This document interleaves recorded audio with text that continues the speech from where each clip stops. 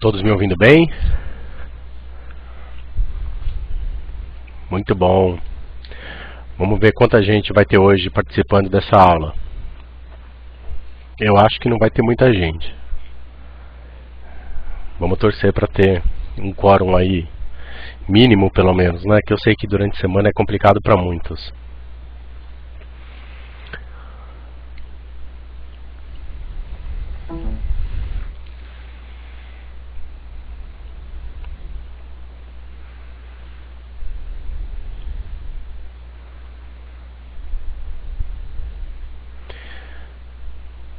E aí, pessoal? O Kim, a Veris é o IBTA. Ela é muito boa, sim, bastante conhecida.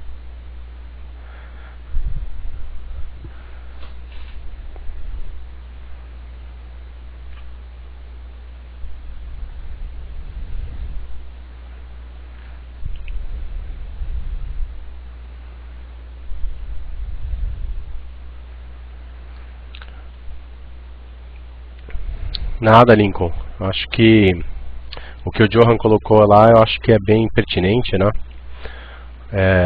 Devido a todos os problemas aí que a gente teve com a nova plataforma e outras coisas, eu acho que nada mais justo do que estender o prazo de vocês, né? Tanto que era pra gente ter acabado o curso há um mês atrás, né? Pelo menos essas aulas. A gente se estendeu em um mês, então nada mais justo do que estender o acesso de vocês em um mês também, né?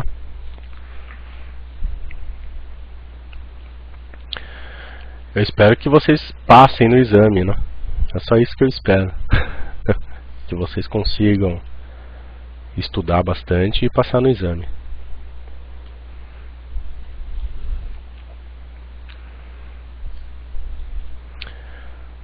Bom, vamos esperar mais um pouquinho. O resto do pessoal entrar. Eu acho que a gente deve ter uma média hoje de umas 15 pessoas, mais ou menos, fora os retardatários que vão entrando aí depois.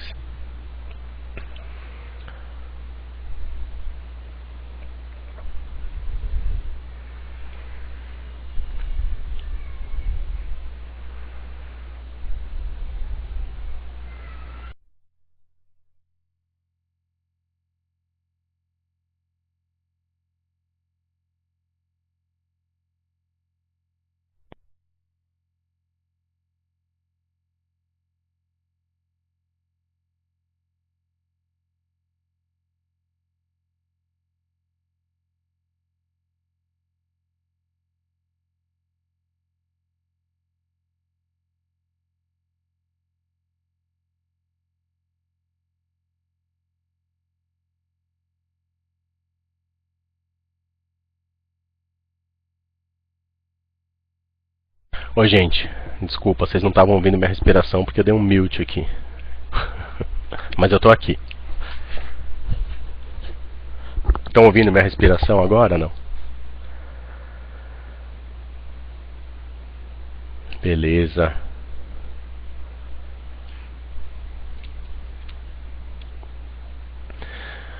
Bom, gente, antes de começar essa nossa última aula, né? Eu tô um pouco gripado, sim. Eu tô bem gripado, pra falar a verdade, Lincoln. Tô quase morrendo aqui. Eu não aguento mais. Porque até poucos dias atrás, né, até uns 3 dias atrás, tava um frio infernal aqui em São Paulo. Muito frio mesmo, né? Tava à noite fazendo 8, às vezes até menos, né, graus. E de repente agora um calor insuportável. Hoje chegou a fazer 35 graus aqui. Você coloca ainda aí a parte de ar-condicionado de empresa, de carro e etc. Aí você tem a receita perfeita para uma bela gripe, né? Pois é, então, hoje eu estava em Campinas. É em Campinas que eu senti esse calor absurdo, que normalmente o interior ele é mais quente do que aqui em São Paulo, né? E estava muito quente mesmo em Campinas, demais. Mas até estava gostando daquele friozinho, né? Tava bom para dormir e tudo, agora, nossa, acabou. Agora parece que acabou de vez mesmo. Mas aí a gripe me pegou. Mas olha que eu já tô melhor, viu? Tava pior antes. Tava semi-morto mesmo. Então hoje vocês vão me ouvir aí falando com o nariz meio tampado, mas não tem muito o que fazer. Faz parte. Bom, pessoal, acho que a gente já pode começar. Já passaram os nossos 5 minutinhos. Antes de começar a aula de hoje, né, então, essa aula, só para deixar claro para vocês, o tema, né, é Routing over Internet Branch Access. Se vocês olharem no material oficial, que é o livro do Wendell, né, vocês vão notar que esse seria o último capítulo do livro, na verdade, né? E em conversa com a Dilson, né, o próprio Adilson comentou comigo, poxa, será que não era uma boa, né, a gente adicionar esse tópico no curso, porque esse tópico não estava contemplado, né, se vocês lembrarem do planejamento de aulas, né, esse tópico estava fora. Por que esse tópico estava fora? O motivo é bem simples. Esse tópico simplesmente não é cobrado no exame, apesar de fazer parte, né, de todo o escopo e etc. Esse tópico não é cobrado no exame, né? Então, os que já fizeram a prova, quem teve a oportunidade de fazer um novo exame, provavelmente percebeu isso, né? Por que não é cobrado? Porque os tópicos que a gente vai falar aqui, eles são cobrados em outros exames da Cisco, né? Então, apesar da Cisco ter incluído ele, né, dentro, né, do composto aí do CCNP Route, ele sai um pouco fora do escopo, né? Então, o que o livro, né, oficial do curso, né, que é o que a gente está usando, fala sobre isso daí? Ele trata de um modo hiper superficial sobre esses temas, né? Então, tanto que, né, realmente não vale a pena se aprofundar, foi o que ele fez no livro, né, não se aprofundou, exatamente pelo fato de não ser um assunto-chave, né, para o CCNP Route, tá? Mas eu concordei com a Dilson, né, eu acho que se está no livro tem que ser abordado no curso, eu acho que faz parte, né, e por isso que a gente resolveu incorporar então esse capítulo na aula de hoje. A aula de hoje, se vocês lembram do planejamento, seria só uma aula de encerramento mesmo, né? Tirar as dúvidas, sei lá, fazer um fechamento mesmo do curso, e no final, como a gente tinha tempo para isso, né? Aliás, o tempo do curso deu muito bem, né? Por sinal, eu achei que realmente a gente ia estourar, né, em vários momentos aí o tempo do curso, mas foi uma surpresa muito boa, né? Foi possível cobrir todo o material dentro do tempo que a gente tinha estipulado, né? Que eram aulas de 2 horas. E realmente isso foi uma surpresa muito grata, né, muito boa. Eu sei que para vocês ficou muito corrido, né? Então, alguns talvez não estivessem esperando esse ritmo tão frenético, né, do curso. Outros talvez, até pelo fato de terem participado do CCNA nesse mesmo modelo, já deviam estar um pouquinho mais preparados, né, para o que vinha. Mas eu sei que depois da segunda aula, pelo menos, o pessoal meio que, todos vocês, né, perceberam onde que vocês tinham se metido e de uma forma ou de outra acabaram encontrando aí cada um seu ritmo, né, para seguir no curso, né? Então acho que isso daí foi muito positivo também, né? E assim, meus parabéns para todos vocês, porque não é fácil, né? Não é nada fácil. Na primeira aula eu comentei com vocês que eu estava fazendo um curso online pela GV, né? E o ritmo é alucinante mesmo, né? Então você fica com aquela coisa de estar acostumado a fazer um curso presencial, onde muitas vezes você, sei lá, você tem aquele é um método, né, que você já está acostumado, então fica mais fácil você se planejar. E de repente você embarca num curso online onde vem aquele volume, né, de informações absurdo, parece que ele vem te atropelando e quando você vê ele já passou e você nem viu. Essa foi a impressão que eu tive, né, quando eu estava fazendo o curso. E talvez alguns de vocês também tenham tido essa impressão aí durante esse curso, né? Mas a diferença é que o da GV, quando acaba, acaba, né? Você não tem esse acompanhamento pós-curso, né? Então, acabou, um abraço para você e tchau, né? Aqui não, né? Aqui a gente vai continuar com esse acompanhamento até depois da extensão que aconteceu hoje, né? Até 31 de dezembro, né? Então, vocês têm até o fim do ano o acesso às ferramentas, às gravações das aulas, ao material todo que está ali e ao suporte meu e do Adilson para resolução de dúvidas aí que venham aparecer para vocês, certo? Antes da gente entrar no material mesmo, acho que eu vou inverter um pouco, né? Eu queria aproveitar essa primeira parte da aula para falar sobre o encerramento do curso, pegar um pouco das experiências de vocês e etc, para a gente finalizar então com um material. Se não ficar muito ruim para vocês, já que a gente já começou a falar disso, né, acho que a gente podia continuar. Tudo bem para vocês, não? Tá bom. Até porque hoje não tem muita gente, né? Eu tô vendo aqui 12 pessoas até agora.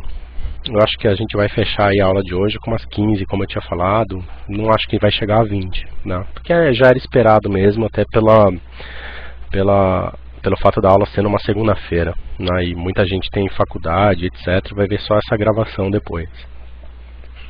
Mas o que eu queria agora, então, nesse momento é que vocês participassem, né? E eu consigo abrir o áudio, né, para alguns de vocês, se vocês quiserem, até para participar via áudio também. Se vocês tiverem interesse, é só me avisar no chat, eu passo o áudio para vocês. Então, o que eu queria começar é, primeiro, né, entendendo de vocês o que vocês acharam do curso até agora, né? Então, tanto na parte de metodologia quanto de qualidade, de conteúdo, né? Então, tá dentro do que vocês esperavam, né? Ele ficou aquém, né, do que vocês estavam imaginando, ou tá dentro, assim, supriu as necessidades de vocês, ou pelo menos está suprindo, né, as necessidades de vocês, né? Isso daí é importante até para eu e o Adilson saber onde que a gente precisa melhorar, aonde que a gente tem que correr atrás, né? E por isso que eu queria esse feedback de vocês, né? Então, aí eu abro para vocês falarem ou escreverem, né, o que vocês quiserem. Pode ser crítica, pode ser sugestão, pode ser só também comentando que está dentro ou está fora do que vocês estavam imaginando, né? Não precisa assim ser muito detalhado se não quiserem, tá? Eu queria só entender mesmo de vocês, né, se com base nesse curso vocês acham que estariam mais preparados de fato para encarar um exame, como é o caso do CCNP Rout, que é um exame difícil, né?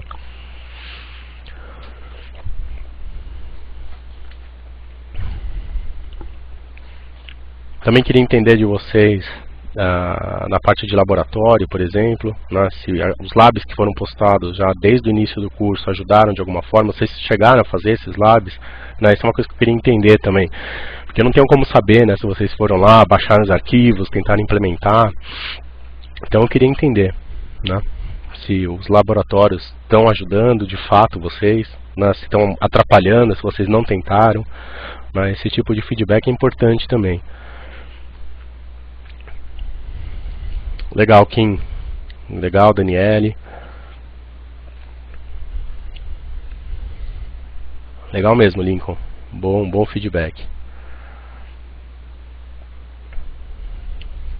A questão das dúvidas, né, que o Kim colocou aí, que não posta as dúvidas porque ainda não surgiram, né?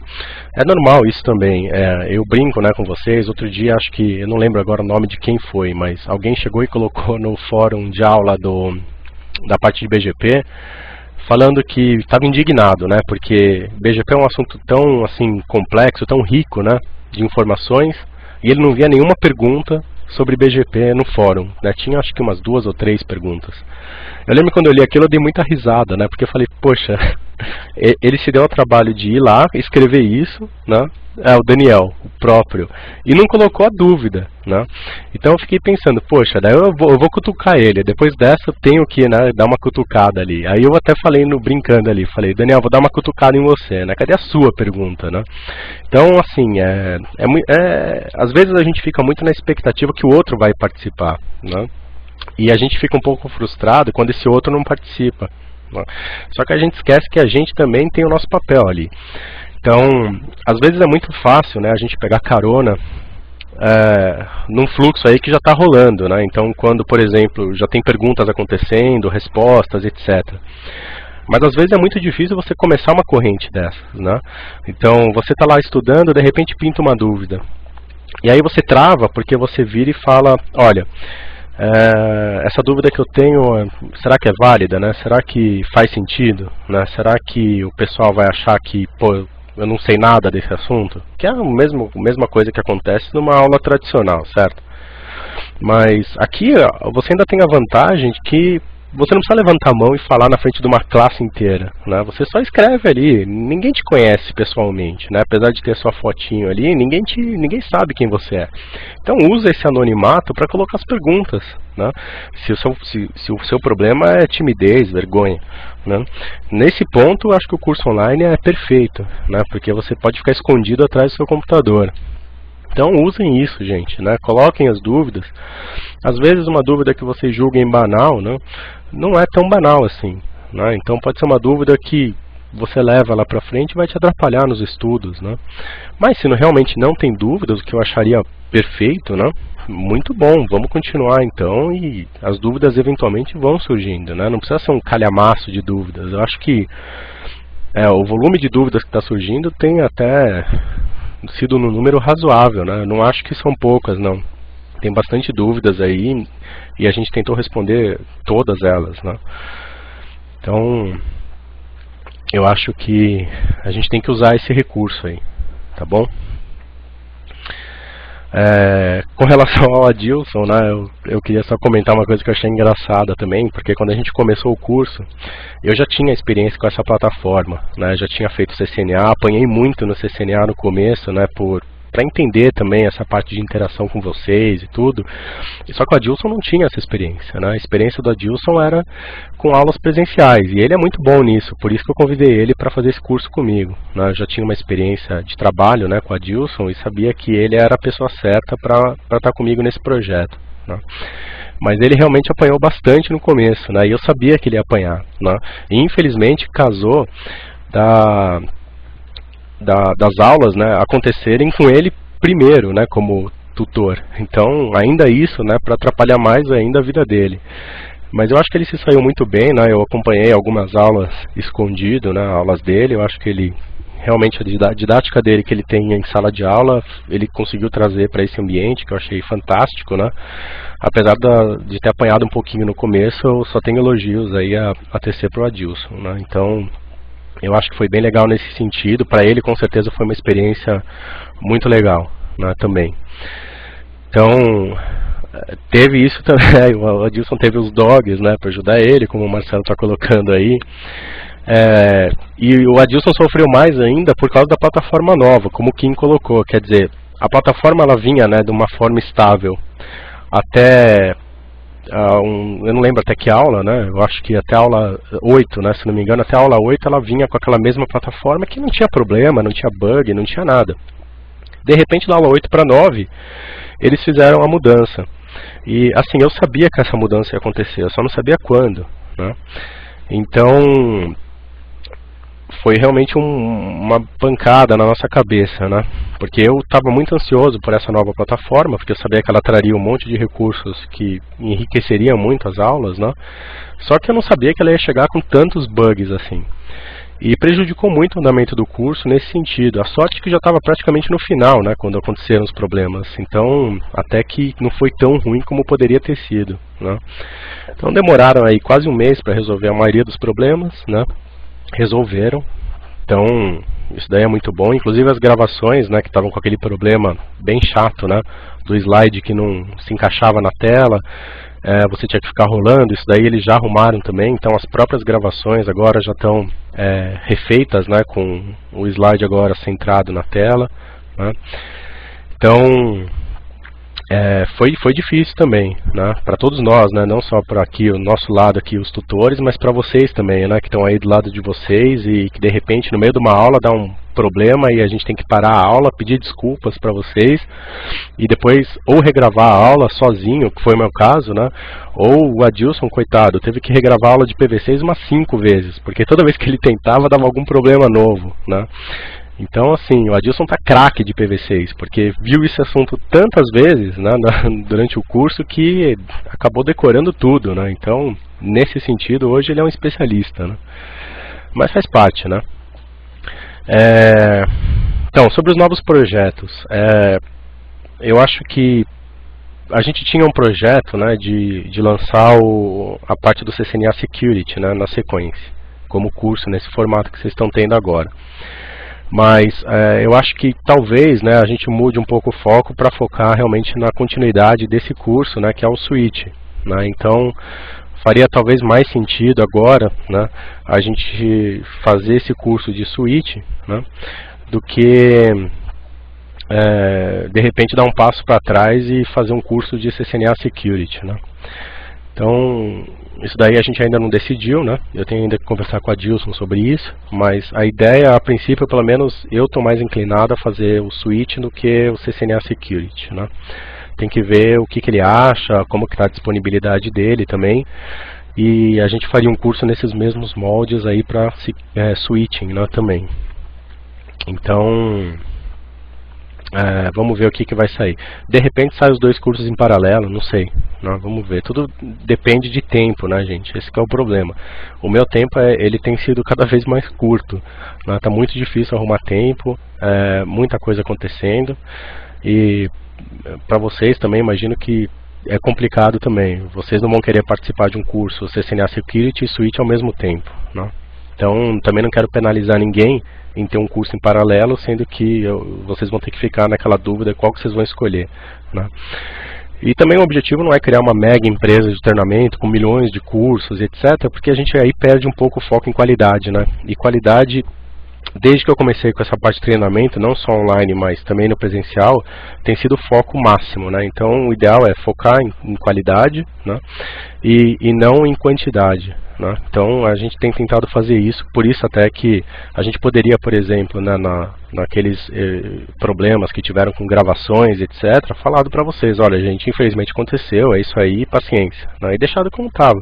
Mas não, né, vamos regravar, vamos ter esse trabalho para deixar tudo certinho para vocês, né? Então, isso daí acho que pra gente tem sido muito importante, né? Manter qualidade, né, para conquistar realmente o respeito de vocês e realmente que vocês tenham um curso bom, né, que ajude de fato vocês. Tá bom? Beleza, pessoal. Era isso que eu tinha para falar para vocês, né? Obviamente também em nome do Adilson aqui, que não está aqui hoje, agradecer vocês, né, pela confiança, por vocês terem participado desse curso, né?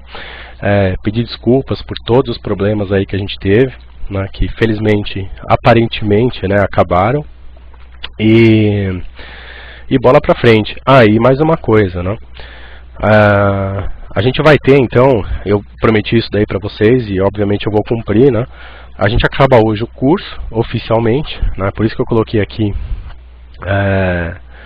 oficial, né, mas a ideia é a gente ter mais 2 aulas, né? Então a gente teria 2 aulas adicionais ainda a serem marcadas, pode ser em setembro, outubro, novembro, não sei, né? Vai depender também de disponibilidade, né? E a gente também tem que determinar quais assuntos seriam tocados nessas aulas também, só para não fazer uma aula e perder tempo, né?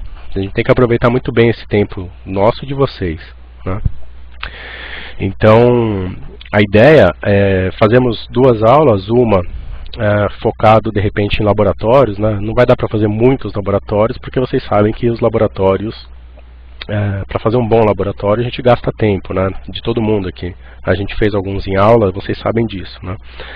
Mas fazer de repente um labzinho, 2, 3 labs com alguns assuntos-chave, né, do exame, de repente um lab de redistribuição, com BGP, com, sei lá, algumas outras coisas, né, para vocês fixarem um pouco alguns conceitos, né? E uma outra aula, né, focada na parte de tirar dúvidas mesmo, né? Então, aí seria uma aula mais aberta, né, onde, sei lá, ou eu, ou a Dilson, ou nós dois, né, ficaríamos de repente à disposição de vocês aí por um período de tempo, né, onde vocês, nesse ambiente que vocês estão vendo, colocariam aí algumas dúvidas, via áudio, via escrita, como vocês estão fazendo aqui hoje, e a gente em tempo real responderia para vocês. Não sei até que ponto que uma aula dessas é válida, né, porque às vezes, né, não sei, rende mais às vezes vocês colocarem a dúvida realmente no fórum do que num ambiente como esse, né? Não sei se vocês estão de acordo comigo ou não, mas as respostas que a gente dá para vocês no fórum, elas são muito mais complexas, muito mais completas, né? Muito mais ricas. Não sei se vocês repararam isso, né? As respostas que a gente tem tentado dar para vocês são muito elaboradas, não é só responder sim ou não, né? A gente vai atrás, a gente busca material, a gente coloca um diagrama, tenta explicar realmente para que vocês entendam. Aqui a gente não consegue fazer isso, né? Aqui esse é um ambiente de aula mesmo. Então, eu acho que talvez renda mais realmente usar os fóruns, né, para essas postagens de dúvidas aí. Mas isso daí também está em aberto, vamos ver como que a gente vai fazer. E um outro ponto, né, que eu também tinha comentado com vocês na introdução do curso, né, que está pendente, é a liberação do simulado. Né? Não sei se acho que ninguém lembrou disso, porque ninguém me perguntou disso daí até agora. Então não sei se vocês esqueceram disso daí, ou se vocês estão esperando, né? Mas sejam sinceros, vocês esqueceram, né? Eu acho que ninguém lembrou. Mentira, Marcelo, não lembrou não. Eu tô brincando. É que é muito engraçado, porque vocês normalmente cobram, né? Vocês mandam e-mail ou dentro do Moodle mesmo, né? Vocês mandam uma mensagem privada falando: poxa, né? Cadê aquele simulado que você falou que ia ter? E eu, nessa turma até agora, não recebi nada. Mas a ideia é realmente ter esse simulado, né? Ele não está pronto ainda, só por isso que ele não foi liberado, né? Eu que estou trabalhando nele. Então a ideia é que realmente tenha esse simulado pronto para vocês em mais uns 15 dias mais ou menos, tá? Então a princípio ele vai ter 20 questões, como tem o do CCNA hoje, né? E vai ser todo online, né? Vocês clicam lá nas respostas, simulando bem o ambiente de exame. E vocês têm na hora a resposta, sabendo qual o percentual de acertos, né? Onde que vocês erraram, etc. O bom desse ambiente é que eu consigo ir colocando mais questões, né? Então começa com 20 e eu posso, por exemplo, durante o fim de semana fazer mais 5 e colocar ali, né? Depois eu vou fazendo mais e eu vou colocando. Então com o tempo esse simulado ele vai crescendo, né? E vocês têm mais perguntas aí à sua disposição, e cada vez que vocês fazem o simulado, perguntas novas vão aparecendo, tá? Então essa que é a ideia. O certificado eu vou mandar para vocês. O ideal seria realmente que eu mandasse o certificado para vocês depois da aula de hoje, né? Por quê? Porque é a nossa última aula oficial, certo? Então todo o conteúdo que foi proposto, né, foi coberto. Então não tem por que também ficar esperando, né, para mandar o certificado para vocês. Então eu tenho o e-mail de todos vocês, vou preparar esses certificados, né, e vou mandar por e-mail de cada um de vocês. Vai levar um pouquinho de tempo, pessoal, porque são muitos, né, participantes. Então tem que fazer certificado por certificado, não tem um scriptzinho aqui que eu rodo e sai tudo pronto, né? Aqui é manual mesmo. Então eu faço o certificado, né? Aí eu tenho que converter esse certificado para PDF e aí eu tenho que pegar e mandar para cada um de vocês. Então, não, isso daí eu sei que vocês não iam esquecer. Mas eu vou mandar esse certificado sim para todos vocês, tá? Fiquem tranquilos quanto a isso, tá bom? Beleza, pessoal? Tem alguma dúvida, assim, por enquanto, mais alguma coisa com relação a certificado, com relação, sei lá, laboratório ou outros cursos, alguma coisa que vocês queiram colocar, não? Então, Bruno, eu comentei isso daí há pouco, né, que seria ter aulas adicionais para a gente fazer alguns labs. Vai ter sim, tá? Então, essa pendência com vocês, foi o que é promessa é dívida, né? Então a gente vai ter sim. Tá? Só não sei quando vai ser, mas assim que for marcado vai aparecer para vocês no calendário. O ideal é que realmente a gente consiga marcar em dias, né, que todos possam participar, pelo menos a maioria, porque esse é o tipo de aula, né, adicional que não vai adiantar nada se tiverem só 10 pessoas participando, né? Então o ideal, se bem que também se for muita gente atrapalha, né? Mas mesmo assim o ideal é que pelo menos abra, né? Que todos tenham oportunidade de participar. Então eu penso que domingo talvez seja um bom dia para ter essas aulas adicionais aí, tá? Beleza, pessoal?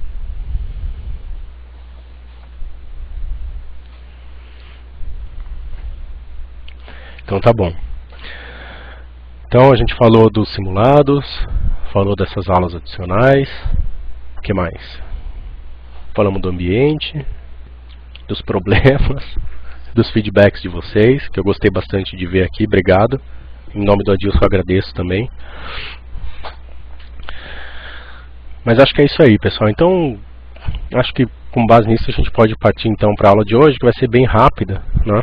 Porque é aquilo que eu comentei com vocês, né? Esse assunto, além de não ser cobrado oficialmente no exame, ele é curto mesmo, né? É um assunto até meio bobo quando a gente para pensar no que ele tem a ver de fato com a parte de routing, né? E eu não lembro se quando vocês, quer dizer, não sei se quando vocês estudaram para o CCNA, vocês lembram do bendito modelo de 3 camadas da Cisco. Vocês lembram disso, não? Não tem nada a ver com isso com essa aula de hoje, mas é só um modo de eu colocar o mesmo, fazer uma analogia. O modelo de 3 camadas da Cisco, né, apesar de ser importante para a Cisco, obviamente, não deixa de ser um modelo conceitual, né, interessante. Ele não tem muito a ver com o CCNA em si, né? Ele tem muito a ver com o quê? Com o CCDA, né, e não com o CCNA.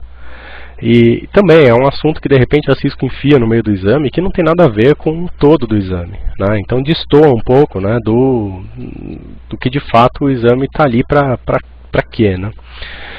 Então eu acho que esse assunto aqui de hoje, né, Routing over Internet Branch Access, apesar de ter routing aqui no título, né, ele tem quase nada a ver com routing, a gente vai ver isso, né? Então, se vocês pegarem o livro também e lerem, né, são poucas páginas, acho que são umas 10 páginas no máximo, vocês vão ver também que ele também não fala nada de routing ali, né? Então, você fica meio, fala, bom, beleza, né, e para que então tem esse capítulo?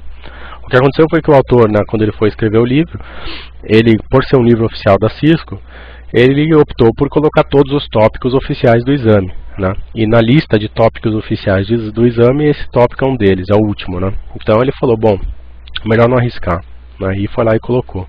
Mas colocou de forma bem superficial, porque realmente não faz muita parte do escopo, tá? Mas vamos lá então.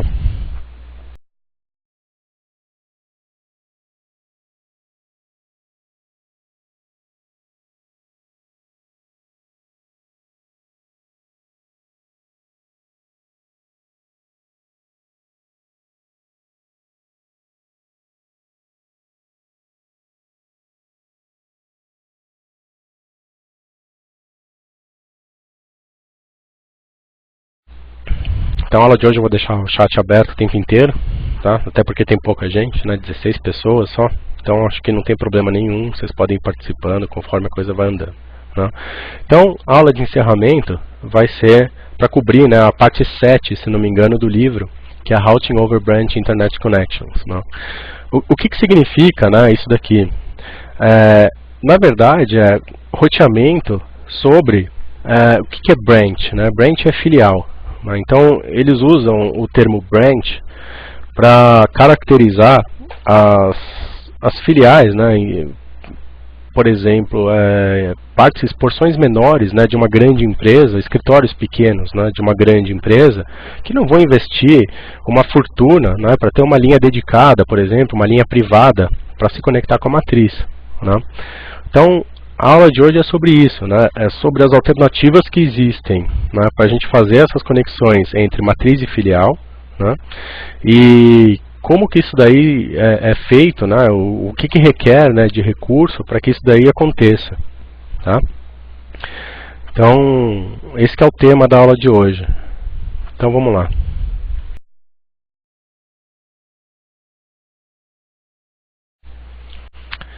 Hoje, né, se vocês pensarem em as opções que a gente tem, né, para fazer uma conexão de filiais para matriz ou matriz filiais, né, então eu tenho lá uma empresa que tem 5 filiais.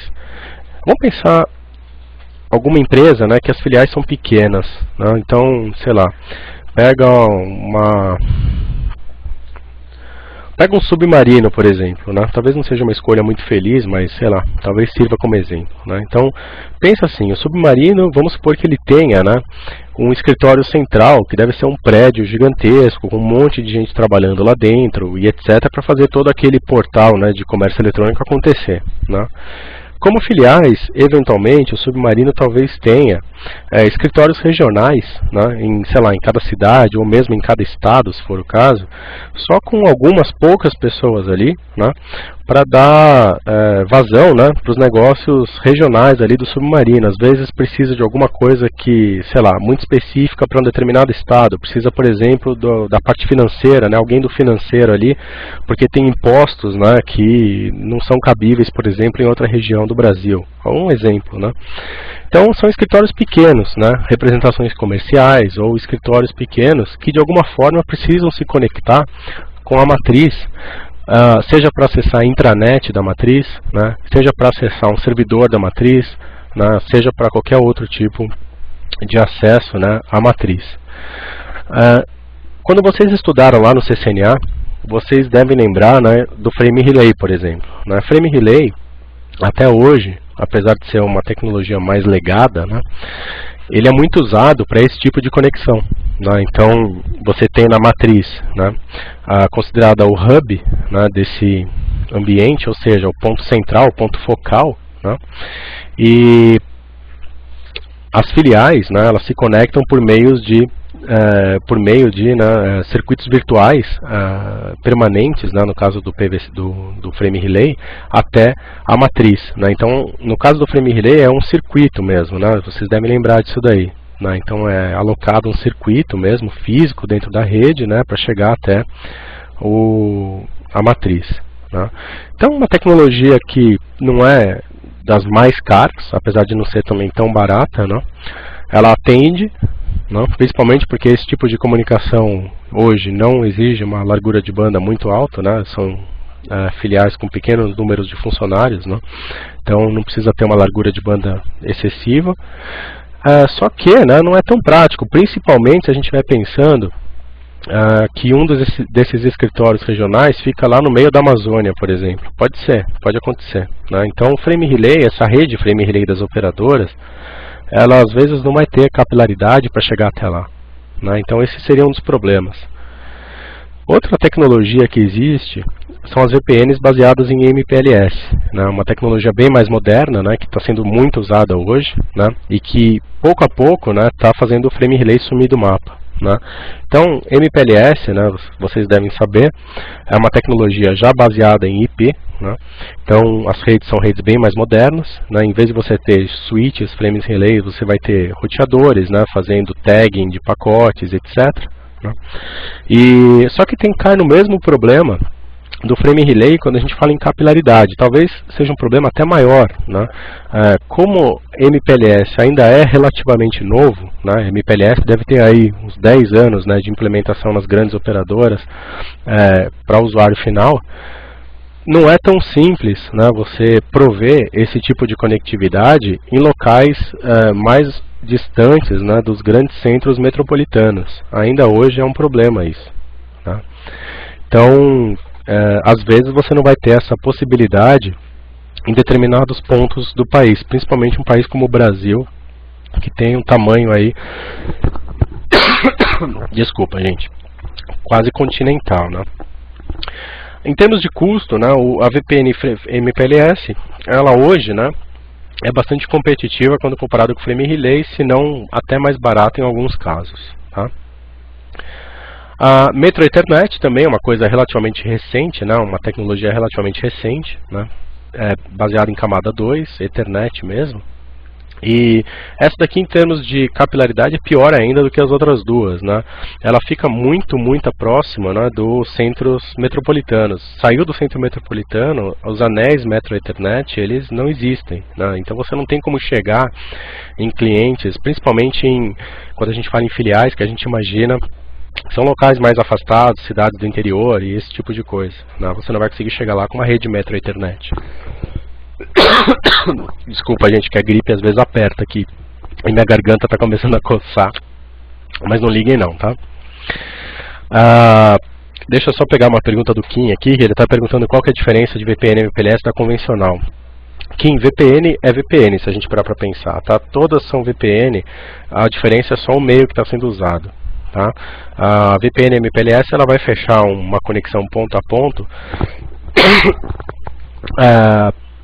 pode ser em camada 3, que é o mais comum, mas ela também emula, né, conexões em camada 2. Essa é uma das vantagens do MPLS. Hoje você consegue, via uma tecnologia que chama Pseudo-Aire, deixa eu escrever aqui para vocês, daí se vocês quiserem mais para frente vocês podem dar uma pesquisada no termo. Né? Então deixa eu escrever aqui do lado do MPLS. Pseudo-Aire é uma tecnologia que permite ao MPLS, redes MPLS, a emulação de circuitos de camada 2. Né? Então, para alguns tipos de aplicações é muito interessante, mas não deixa de ser uma VPN, né? Eu estou caindo numa nuvem MPLS, né, onde tem um monte de elementos ali no meio, e eu estou fechando, né, uma conexão ponto a ponto, simulando, né, uma conexão ponto a ponto, como se não tivesse mais nada no meio do caminho, e a gente sabe que não é verdade. Né? Frame Relay é a mesma coisa, né? Se a gente parar para lembrar do conceito de Frame Relay, o nosso pacote ele atravessa uma infinidade de switches, né, Frame Relay, desde a nossa origem até o destino. Né? E o Frame Relay ele abstrai, né, da gente toda essa informação, criando, né, um circuito virtual ponto a ponto também. Não deixa de ser uma VPN, certo? A grande diferença entre VPN MPLS, VPN Frame Relay ou até VPN Metro Ethernet, né, que também existe, né, a VPN Metro Ethernet é baseada em quê? O que a gente usa para fechar uma VPN Metro Ethernet? Quem poderia arriscar alguma coisa aí? É um conceito que vocês estão carecas de saber. VLANs, né? Vocês estão me ouvindo? Não. De repente ficou todo mundo mudo. Tá, então na Metro Ethernet, né, você separa o tráfego dos clientes por VLANs. No MPLS você separa o tráfego dos clientes por um outro mecanismo que chama VRF. Né? E no Frame Relay você separa, né, o tráfego dos clientes pelos PCs, né, os Virtual Circuits. Lembram disso? Então cada uma dessas três tecnologias elas têm os métodos, né, de segregar os tráfegos, né, formando linhas, não linhas, mas redes, né, virtuais, certo? Para cada cliente. A grande diferença entre a VPN que talvez você tenha perguntado e essas daqui que eu citei, é que a VPN que você perguntou, ela cai numa outra nuvem, que é uma nuvem pública, né, que é a internet, não é isso? Então a diferença é que essas nuvens que eu estou comentando aqui, Frame Relay, MPLS e Metro Ethernet, não são nuvens públicas, né, são redes privadas, né, são redes das operadoras, que as operadoras controlam essa rede totalmente, certo? A internet não, a internet é um conglomerado de redes, né, de várias operadoras diferentes, onde você não tem como chegar para o cliente e falar, olha, seu cliente, eu garanto para você, por exemplo, né, que sua conexão VPN, né, do ponto A até o ponto B, que vai passar por trocentas operadoras aí no meio do caminho, você vai ter uma latência máxima de 10 milissegundos. Isso não dá para fazer. Né? Tá? Em VPN, quando a gente cai na rede pública, aí a gente está na mão de Deus, literalmente. Né? Essa que é a grande diferença. Tá bom? Por isso que é o que a gente vai falar na aula de hoje, né? Essas redes privadas, né? Frame Relay, MPLS, Metro Ethernet, elas são mais caras, né, da gente montar uma rede, né, é mais caro usar esse tipo de tecnologia do que a própria internet, obviamente. Na internet é barato porque você não tem garantia de nada, basicamente. Tá bom? E Leased Line, que seria essa última opção aqui,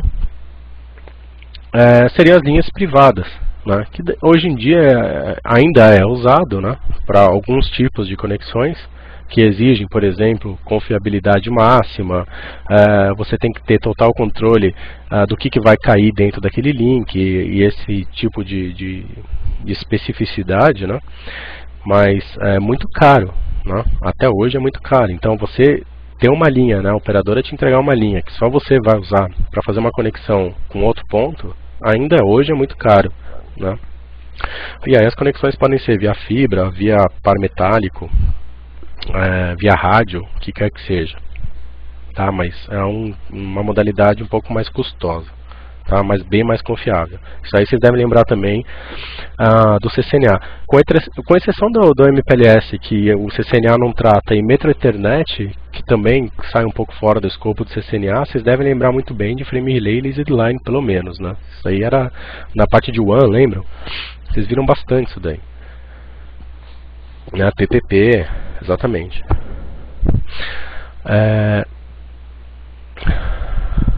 O Leon, não sei se eu entendi. O Leon está perguntando qual a melhor opção de internet para uma empresa, né, para não usar o ADSL. Não entendi muito bem o que você está perguntando, Leon. Se seria qual opção de acesso à internet, é isso? Para não usar o ADSL? Então, vai depender. Aí também é uma coisa que a gente vai comentar um pouco hoje, né? Mas, deixa eu só avançar então o slide aqui, que acho que a gente vai entrar nesse assunto. Tá? Espera aí que a gente já vai chegar lá, Leon. Então, Conexões públicas, né, com a internet, elas podem ser usadas para criações de conexões pseudo-privadas. O que quer dizer isso? Para você fazer a simulação, né, de uma conexão privada, ponto a ponto, né, usando a internet como meio de acesso. Tá? E aí indifere qual que é o meio, né, de acesso à internet, né, que seria hoje, né, os meios mais baratos de conexão que estão amplamente aí disponíveis. Você tem o DSL, você tem cable, né, que seria o Virtua da vida, e tem o 3G. Esses três são os mais comuns hoje. Né? Existem outros? Existem. Né? O IMAX, por exemplo, seria um. Né? Então vocês falam, pô, mas o IMAX não tem em lugar nenhum. Tem o IMAX sim, né? Já tem o IMAX em algumas cidades do Brasil, né? Ainda com alguns problemas, né? Mas aos poucos esses problemas estão sendo solucionados. Então o IMAX entra também como uma opção de acesso à internet em algumas cidades. Tá? Eu também acho que o IMAX ainda a gente vai ouvir falar bastante dele. Hoje ele está meio largado aí de lado, já não é mais uma tecnologia tão nova, mas a gente não ouve falar tanto, né? Mas tem grandes operadoras aí investindo bastante nisso e apostando alto nisso, né? A Embratel é uma delas, né? Tem uma rede grande aí de IMAX, né?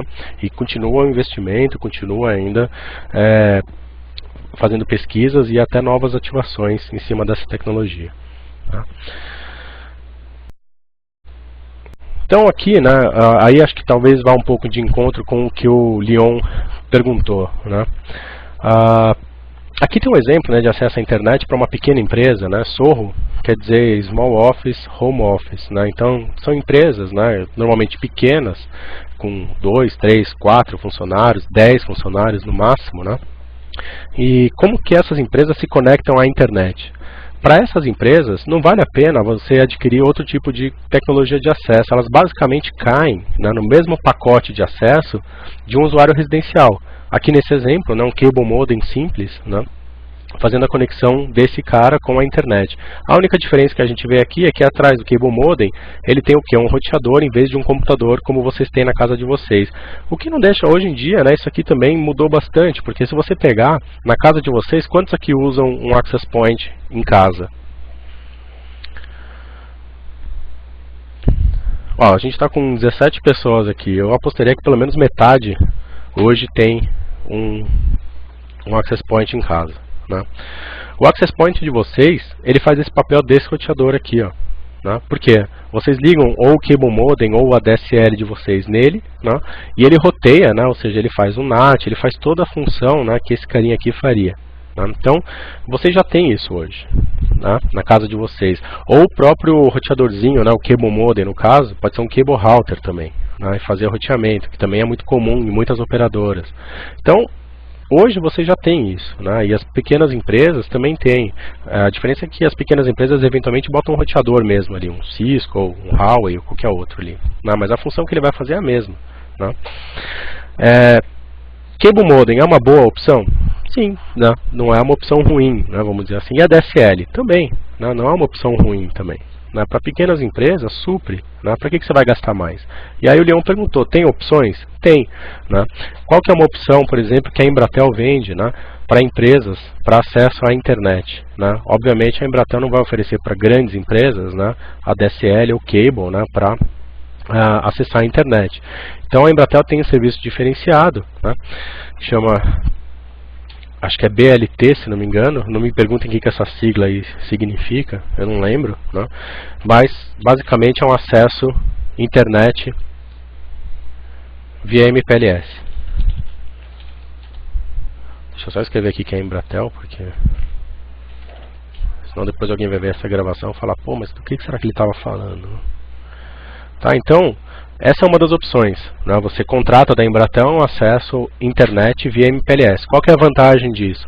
A Embratel garante, do ponto que você está na sua empresa, então, deixa eu pegar a setinha aqui, ó, daqui, tá? Ou seja, do ponto de entrada na rede da Embratel até a saída, né? Ou seja, até a entrada, na verdade, a internet que a Embratel tem, a perna, né? O peering que a Embratel tem com a internet, no caso, ela garante que esse caminho aqui, ele é garantido. Você vai ter uma garantia de serviço diferenciada ali dentro. Né? Caiu na internet, caiu na rede é peixe. Né? Não tem mais garantia nenhuma. A Embratel não pode chegar para vocês, nem a Oi e nem nenhuma outra provedora de serviço.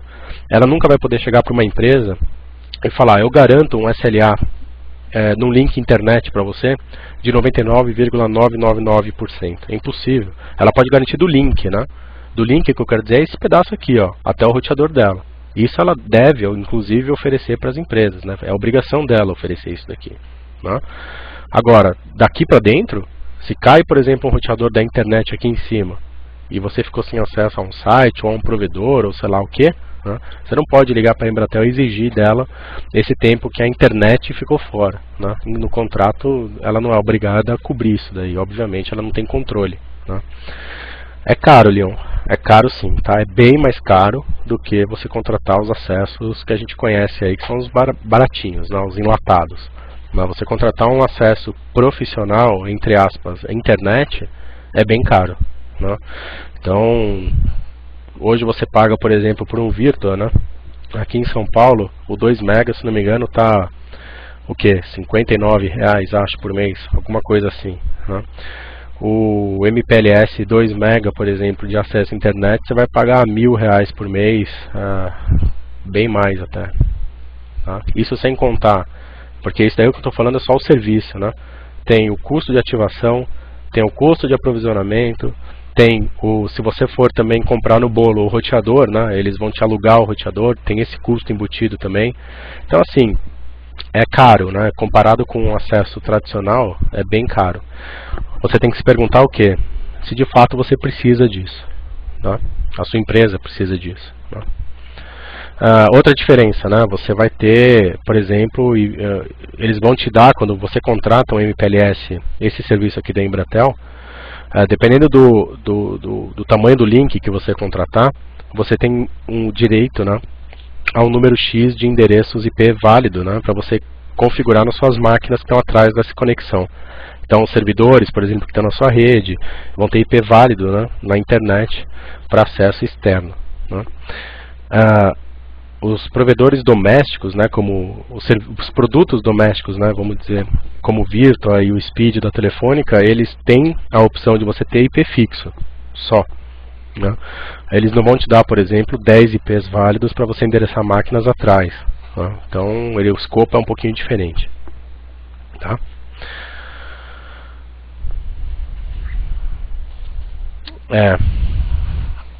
Então, assim, o ADSL ele tem esse problema realmente de confiabilidade, mas o custo dele é muito em conta, né?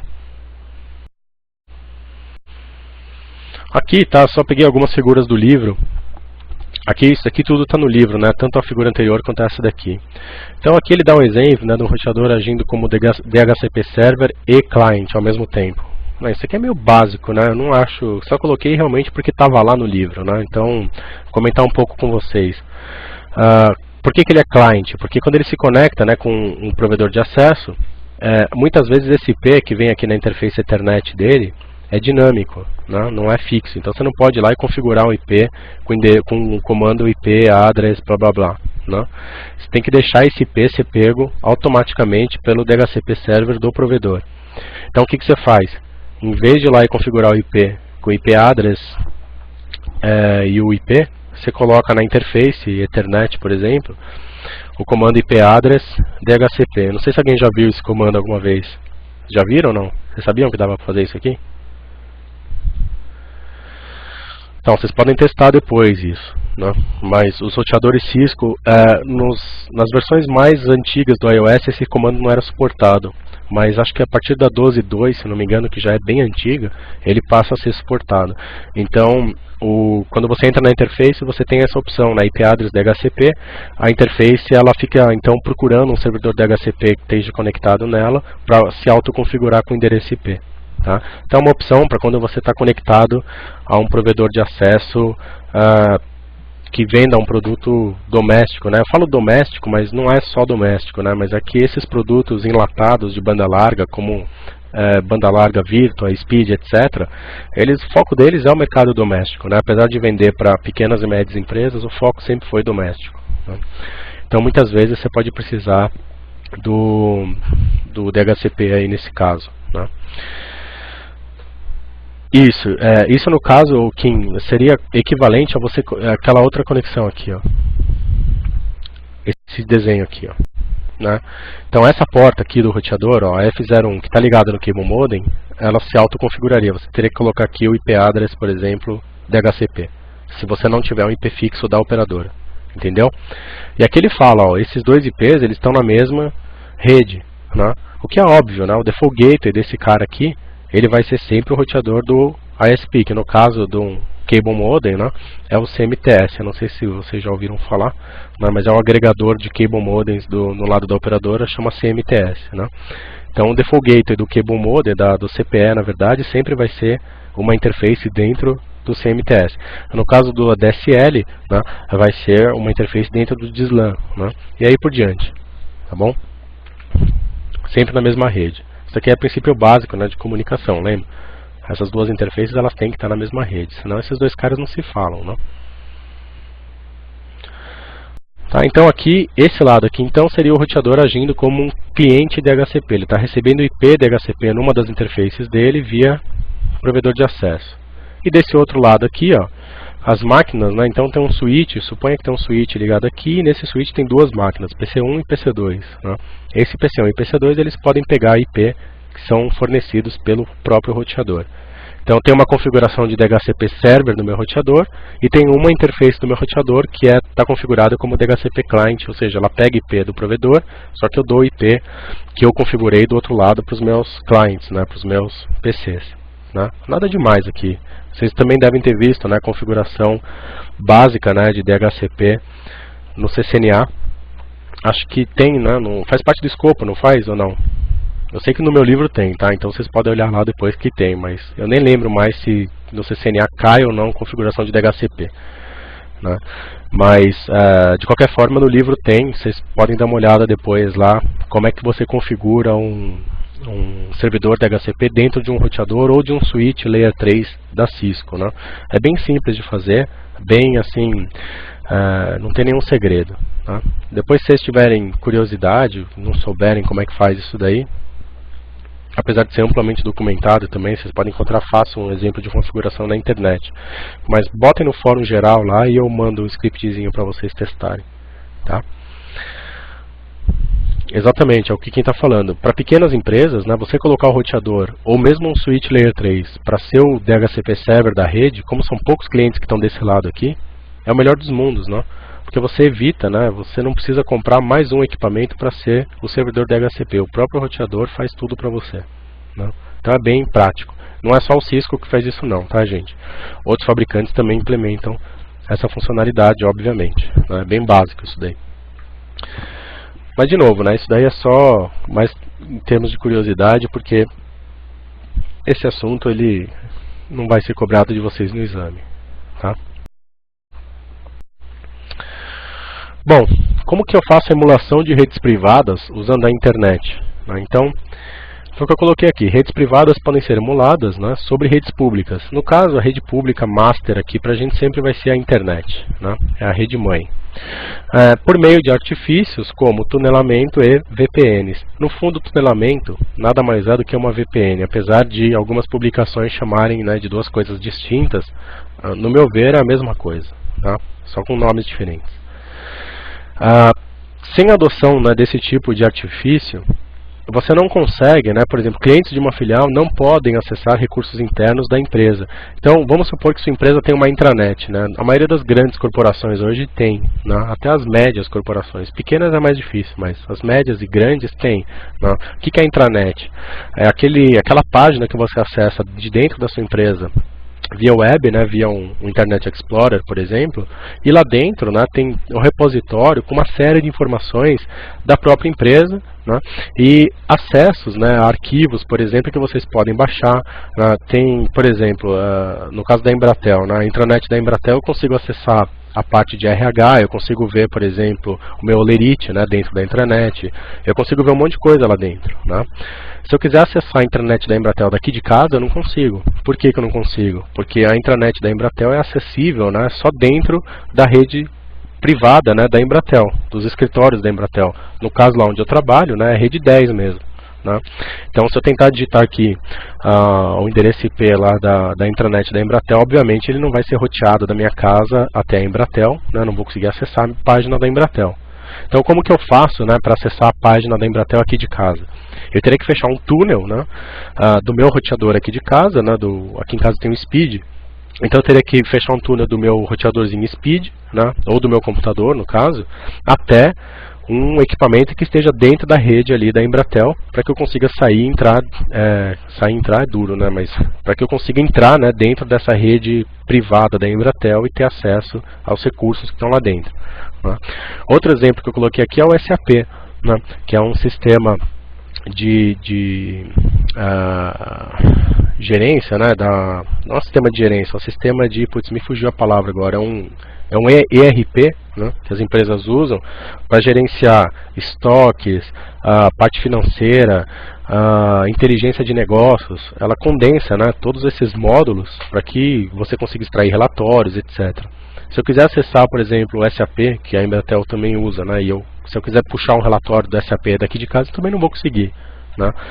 E aí também outros sistemas, outro também que é clássico, né, o Exchange, né, o servidor de correios que a Embratel usa é o Exchange. Então, se eu quiser buscar meus e-mails da Embratel, e vamos supor que eu não tivesse uma interface web e-mail, alguma coisa assim, eu teria que me conectar ao Exchange, né, e teria que baixar as mensagens na minha máquina. Daqui de casa também não consigo, porque eu estou com um endereço que não tem nada a ver com o da Embratel, né. Então, esses são os recursos que eu não consigo acessar, a não ser que eu tenha o quê? Um túnel, né, me ligando daqui de casa com a rede que eu quero obter acesso a esses recursos, tá?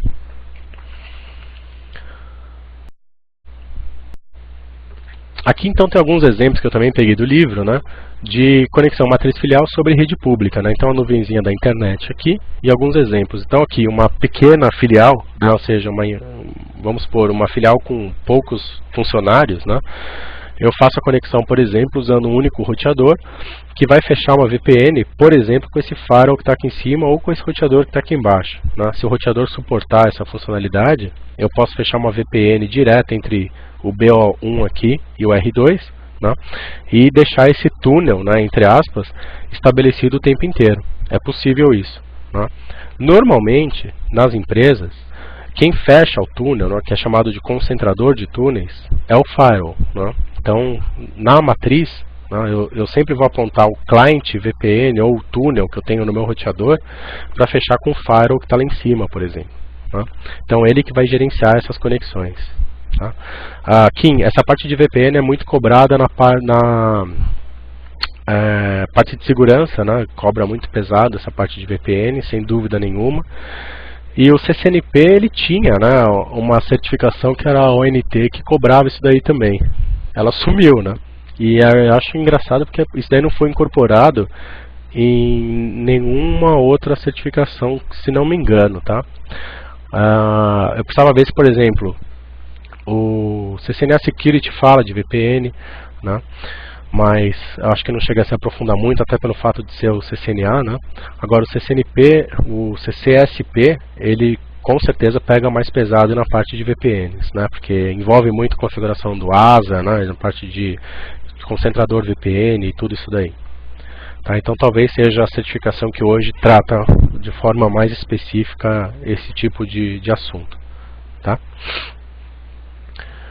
Aqui nesse outro exemplo aqui, né, uma filial médio porte. Aqui qual que é a diferença, né, de pequeno para de médio porte? A de médio porte ela tem duas conexões, vocês estão vendo?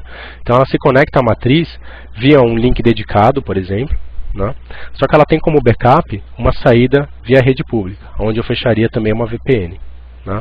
Então aqui como que funciona? Eu vou usar primariamente, né, sempre o acesso dedicado, porque eu pago caro por ele. Tá?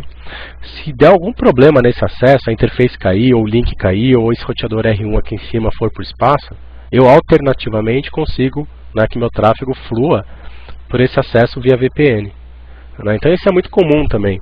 As filiais elas têm um acesso dedicado, que é um pouco mais caro, via MPLS, Frame Relay ou qualquer outro daqueles que a gente comentou. E no caso de uma falha, né, eu consigo desviar o tráfego para o acesso mais barato, que ele fica ali parado só esperando uma falha mesmo, fica como backup. Né? Então é uma alternativa interessante e barata. Antigamente, né, não tanto tempo atrás assim, era usado muito o ISDN, né, como alternativa backup para esse tipo de cenário. né? Hoje, né, com a internet até com uma confiabilidade bastante alta, o ISDN aos poucos, né, quer dizer, aos poucos também, praticamente já sumiu do mapa, né, muito pouco usado hoje, e as redes que existem em ISDN aos poucos estão sendo desativadas, né?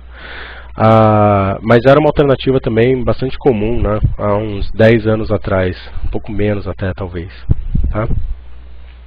E nesse último caso tenho uma filial, né, de grande porte, né, onde eu tenho muitos funcionários ligados aqui embaixo, e aí eu preciso de uma confiabilidade um pouco maior. Então aqui nesse exemplo eu tenho 2 roteadores em vez de um só, né, e tenho um cenário parecido, onde eu tenho um roteador com uma conexão dedicada para a matriz e um backup via internet, né, e tenho um outro roteador que tem só backup via internet, por exemplo. Né? Então seria uma opção onde eu teria um pouquinho mais de confiança, né, de confiabilidade, porque eu aqui nesses 2 primeiros cenários, se o roteador BO1 aqui for para o espaço, eu perco toda a conectividade que está aqui embaixo. Nesse segundo exemplo, se um dos roteadores for para o espaço, eu continuo, né, com conectividade via o segundo. Tá? A ideia então dos desenhos seria essa daí, só mostrar que conforme você vai crescendo em número de usuários, né, que dependem da sua rede, é interessante você investir um pouco mais em contingência, para não deixar esses funcionários desamparados no caso de uma pane, alguma coisa. Tá bom? Tranquilo até aqui, não?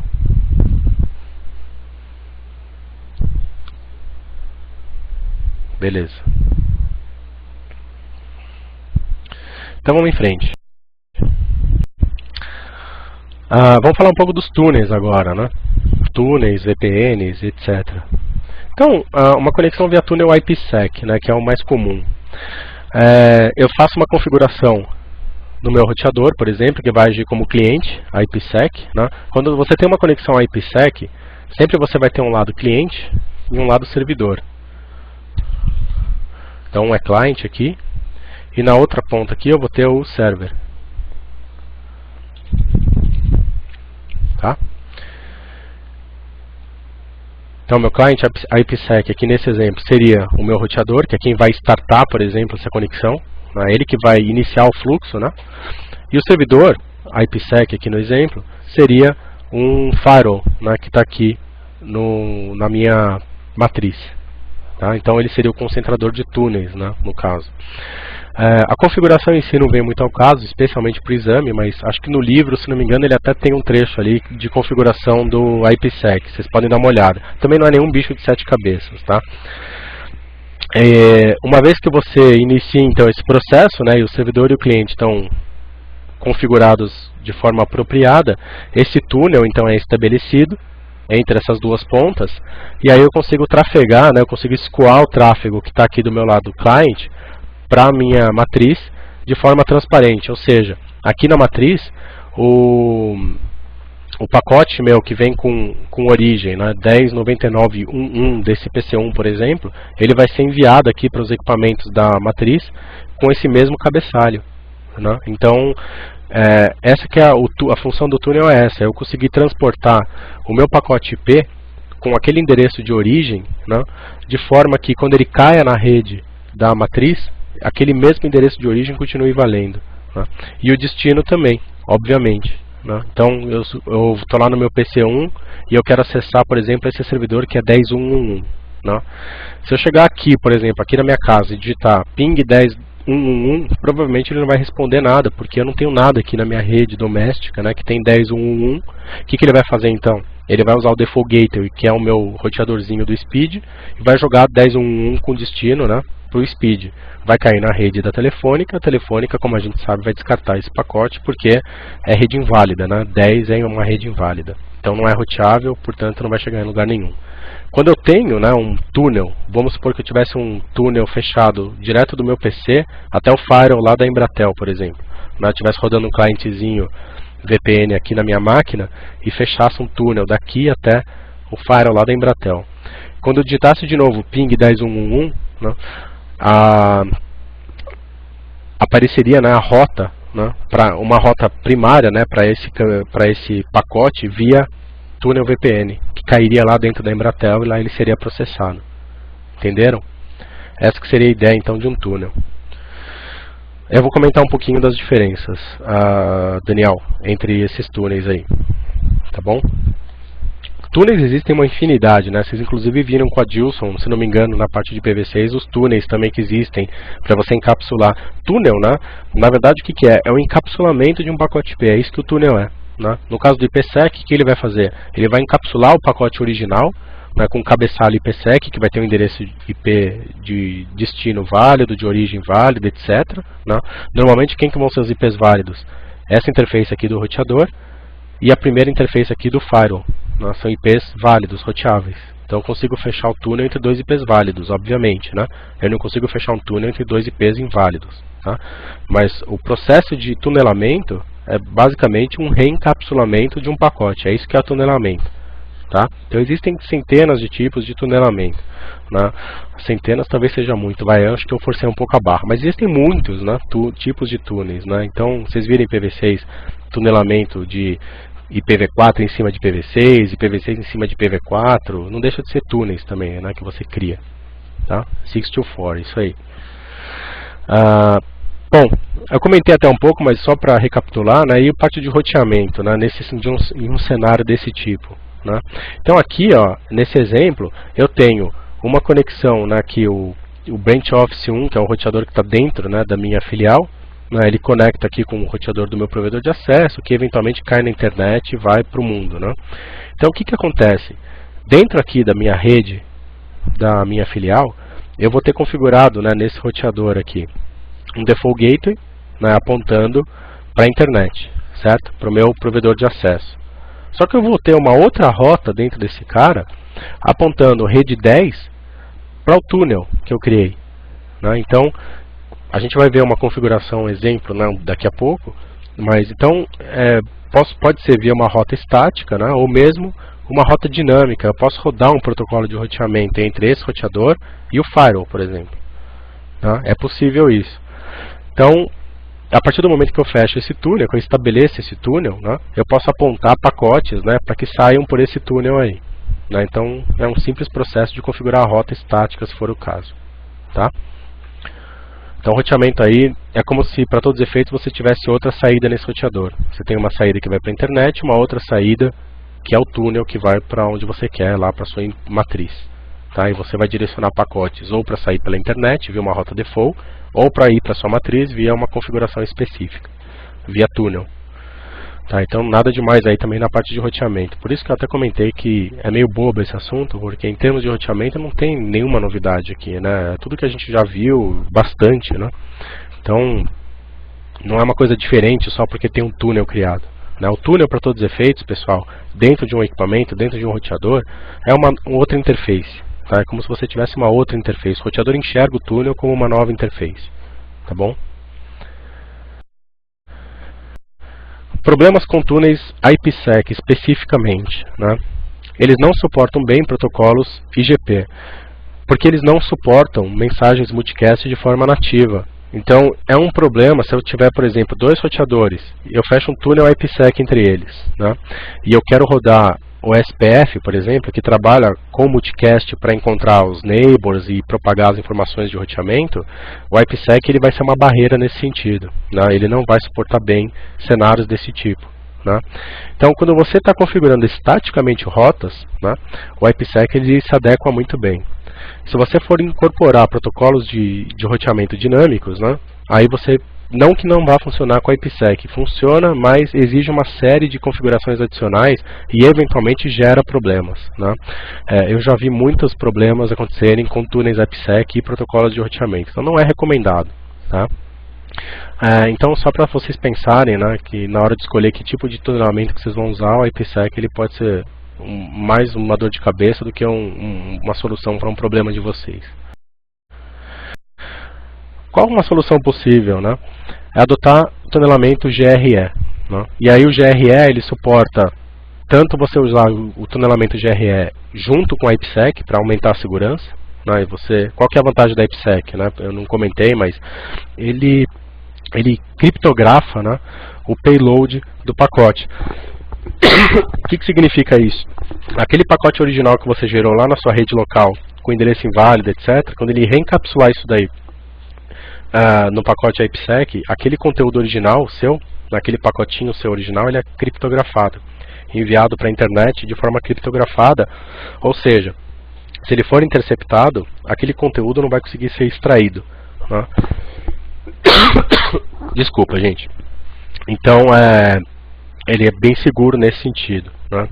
O GRE é uma forma também de tunelamento, né? Ela é segura também, só que ela não é tão segura quanto a IPsec, né? Então, o ideal é que você use os dois, né? Você use o GRE com o IPsec, ou seja, que você fale, né, para o seu equipamento que você quer criptografar o payload daquela informação, tá? Não que o GRE não seja seguro, ele é, mas não tão seguro quanto a IPsec. O ideal é você usar os dois. Usando o GRE com a IPsec, você gera um túnel, né, que pelos roteadores são vistos como conexões de nível 3, só que ponto a ponto, né, totalmente transparente para os dois roteadores. E nesse tipo de cenário você pode rodar tranquilamente qualquer protocolo de roteamento dinâmico, né, não vai ter nenhum problema com multicast, etc. Então esse seria o cenário ideal, GRE com a IPsec juntos, tá? São escaláveis e são facilmente implementáveis, né? Então eu vou mostrar para vocês um exemplo, né, que eu até coloquei o link aqui, tem um post, né, que eu fiz em 2008, eu até olhei isso aqui e falei, meu Deus, 2008, né, o tempo voa, né? Hoje a gente já está em 2010, e eu lembro quando eu escrevi esse post, parece que fazia tão pouco tempo, hoje eu já vi que fazem quase 2 anos já. Mas é um post bem interessante, né, tratando de uma forma, né, de tunelamento dinâmica, que é o DMVPN, que hoje é o mais usado pelas empresas para montar esse tipo de cenário, né? E eu já vou mostrar para vocês por quê. Então, vamos falar um pouquinho de DMVPN. Primeiro, só dar um exemplo para vocês, né, de IPsec com GRE. Então, aqui, esses gráficos, tá, eles foram extraídos desse post que eu comentei aqui. Então, se vocês acessarem esse link, né, vocês vão ver não só esses mesmos diagramas, mas também o texto, né, que acompanha eles. Então talvez valha a pena vocês visitarem ele depois, mas só por curiosidade, tá, gente? Porque isso daqui de novo não cai no exame, tá bom? Então, vamos supor, tá, que eu tenho um cenário desses. Pensa que essa nuvem que está representada aqui é a internet, tá? Eu tenho o meu roteador da matriz e eu tenho aqui os roteadores das filiais, tá? Lá na matriz, eu vou formar, então, a minha intenção é fechar 3 túneis na GRE com a matriz, né? Como que eu vou fazer isso daí? Cada uma dessas interfaces aqui eu tenho IP válido, né? Então, pensa que esse 172.17, apesar de ser IP inválido, a gente sabe, né? Está dentro daquele range reservado, que não é roteável e tal, mas nesse exemplo aqui, pensa que ele é um IP válido roteável na internet, tá? Então, eu tenho esse desenho e eu quero fechar, então, túnel, né, por exemplo, do Spoke A, que é o roteador que está aqui na filial A, com a matriz, né? O que eu faço? Para você fechar um túnel de A com a matriz, eu vou fazer uma pergunta agora para vocês, só para ver se vocês estão espertos, né? Essa interface aqui do roteador A e essa interface aqui do meu roteador da matriz, eles estão na mesma subrede, não?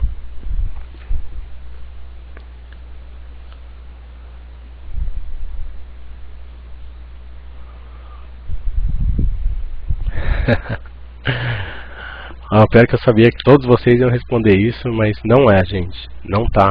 Lembra que eu comentei com vocês que isso daqui é a internet? E essa conexão direta que está representada por essa linha amarela é o nosso túnel. Ela não existe fisicamente, né? Aqui, fisicamente, a gente tem o quê? Deixa eu só pegar um lapisinho aqui para fazer um garrancho aqui para vocês. Só mudar a cor aqui. Tá, o que a gente tem fisicamente aqui, ó, se a gente parar para pensar? O roteador Spoke A, ele está ligado aqui num outro roteador do meu ISP, que está ligado num outro roteador, que está ligado em algum outro roteador, que finalmente está ligado no meu roteador da matriz. Tá? Então, esse endereço IP que está nessa interface aqui, ele não necessariamente, aliás, com certeza não vai estar na mesma subrede da interface do roteador da matriz. Tá? Podem ser inclusive os provedores de internet diferentes, eles podem estar em países diferentes, eles podem estar em planetas diferentes, tá? Não tem nada a ver. Então, só para deixar claro para vocês. E mais, né? Aqui na matriz, esses 3 pontos aqui vermelhos, ó, Eles não são três interfaces físicas distintas. É a mesma interface e o mesmo IP. É uma única saída para a internet isso daqui. Está representado graficamente por três, né? Porque são três túneis, né, que estão terminando aí. Mas fisicamente é uma única saída para a internet. Tá? Eu não preciso ter uma saída para cada uma das minhas conexões. Né? Exatamente, são interfaces virtuais que eu vou criar. Né? Então, o que vai acontecer aqui quando eu fizer esses túneis em amarelo? Aqui, no roteador da matriz, eu vou criar três interfaces virtuais. Uma para cada uma das filiais. Certo? Vocês lembram disso de frame relay? Lembram? Subinterfaces e frame relay? É uma analogia, né? Não deixa de ser diferente. Quer dizer, não deixa de ser diferente, não deixa de ser parecido. Né? Eu tenho uma única saída física, como vocês tinham no frame relay, e eu vou criando subinterfaces para fechar circuitos virtuais distintos. Tá? Aqui a analogia encaixa. Eu tenho uma única saída física, que é a minha conexão com a internet, que vai ter um IP qualquer. Né? Só que eu vou criar interfaces virtuais dentro desse roteador para fechar cada um desses túneis amarelos aqui. Ó. Tá bom? E no roteador da filial?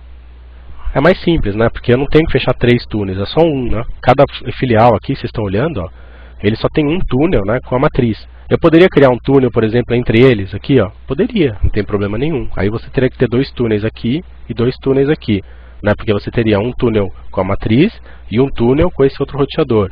Um túnel com a matriz e um outro com esse roteador.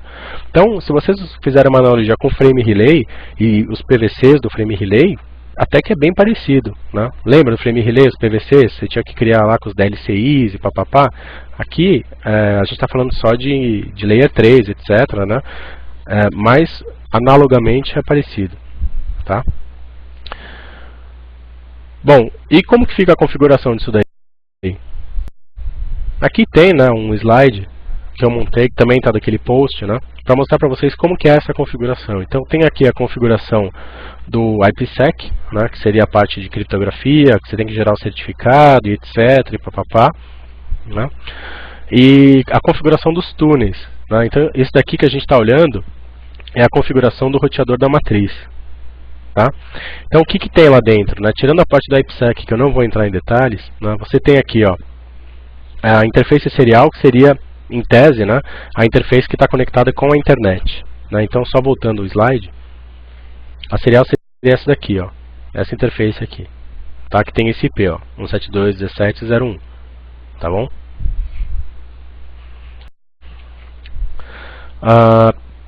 Tem a interface Ethernet, que é a minha LAN, onde estão ligados meus clientes, né, aqui em cima, tá vendo?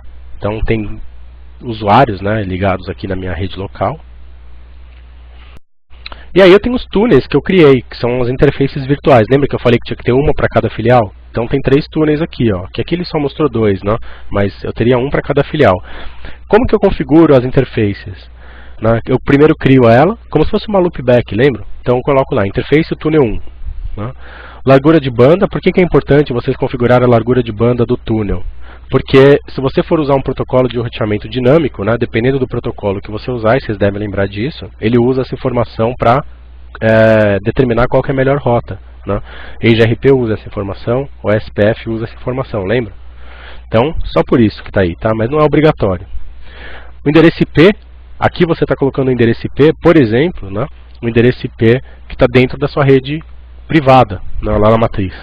Né? Mas aqui o que vale para vocês saberem pode ser qualquer endereço IP, contanto que a outra interface túnel da filial esteja na mesma rede, senão você não vai conseguir pingar ela. Tá? Essas outras interfaces aqui também, essas outras configurações aqui também são opcionais, mas são importantes também às vezes configurar dependendo do protocolo de roteamento que você estiver usando. Quem que usa essas informações aqui? MTU e delay. Que protocolo que usa isso daqui? EIGRP, exatamente. Tá? Então, se vocês estiverem rodando EIGRP na rede, né, às vezes pode ser interessante também configurar esses parâmetros aqui. Né? Se não estiverem usando, obviamente não vai fazer diferença nenhuma. Tá? E aí, as informações importantes estão em verde, tá, gente? São as essenciais para fazer esse túnel funcionar. As que estão em preto é só opcional, quer dizer, tirando o endereço IP, obviamente, né? Devia estar em verde também. Mas aqui, na verdade, ele separou só o que é estritamente configuração de túnel. E aí ele coloca assim, ó, túnel source, serial 10. Serial 10 que é a minha conexão com a internet, ou seja, a interface que tem um IP válido. Tá? Ou seja, o mundo enxerga essa interface aqui. Se o mundo enxerga, o meu roteador da filial também enxerga, certo? Tem que ser um endereço válido, tá? Por isso que ele colocou o serial 10.